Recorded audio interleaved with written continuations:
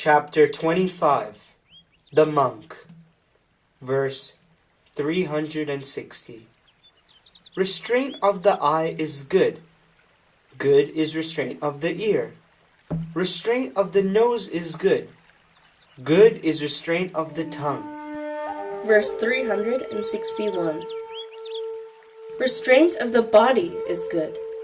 Good is the restraint of speech. Restraint of the mind is good. Good is restraint in all circumstances. The monk who restrains in every way is freed from all suffering. Verse 362 The one with hands restrained, feet restrained, speech restrained, who is foremost among the restrained, delights in inward stillness, keeps to himself, and is content. He is called a monk. Verse 363 If a monk restrains his mouth, speaks insightfully, and is humble, he can illuminate the meanings and the Dhamma. Sweet is his speech. Verse 364 The monk who dwells in the Dhamma, delights in the Dhamma, reflects on the Dhamma, and recollects the Dhamma, does not fall away from the true Dhamma. Verse 365 A monk should not despise what he has received from donors, nor envy the gains of others. The monk who envies the gains of others does not attain the stillness of mind. Verse 366 A monk who does not despise what he has received from donors, even though it be little, who is pure in livelihood and energetic, is praised even by the gods. Verse 367 He who has no notion of mine for mentality and materiality, who does not sorrow on the absence of them, he is truly called a monk.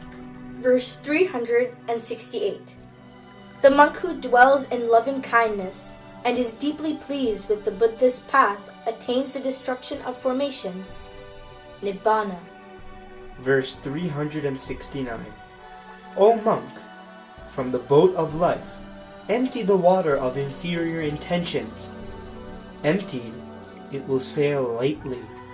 Cutting off passion and hatred, you will quickly go to Nibbana. Verse 370 Cut off the 5 lower bonds, abandon the 5 higher bonds, and cultivate the 5 spiritual facilities. The monk who has overcome the 5 bonds called passion, hatred, delusion, conceits, and views is called the one who has crossed the flood. Verse 371 O monk, meditate. Do not be negligent. Do not let your mind whirl about in sense pleasures. Negligent, gone to hell. Do not swallow red-hot iron balls, and then being burnt, do not cry out, "Oh, this is painful!" Verse 372 There is no singleness of mind for one without wisdom. There is no wisdom for one without singleness of mind. He who has both singleness of mind and wisdom, indeed, is close to Nibbana.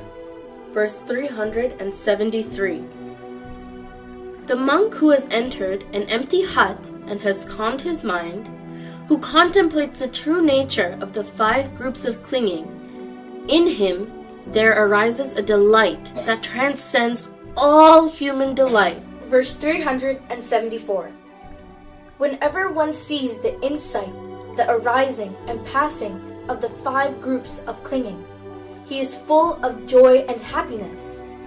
To the person who has realized the truth, this joy is the sweetest taste. Verse 375 These 3 factors form the basis for a monk in contemplating the true nature of the 5 groups of clinging, guarding the senses, contentment, and restraint according to the monastic rules. Verse 376 Associate with noble friends who live purely and energetically. Be skillful in conduct and duties, and engage in Dhamma discussion. Thus, full of joy, make an end to this suffering. Verse 377. Just as the jasmine creeper sheds its withered flowers, so, O monk, shed passion and hatred from your mind. Verse 378. The monk who is calm in body, calm in speech, peaceful, stilled in mind, and has rejected sense desire, he truly is called the calm one. Verse 379. By oneself, one must censure oneself and investigate oneself. O monk, guarding yourself and establishing mindfulness, live at ease. Verse 380. Oneself, indeed, is one's own protector. One does, indeed, make one's own destiny. Therefore, control yourself as a skilled merchant controls a fine horse.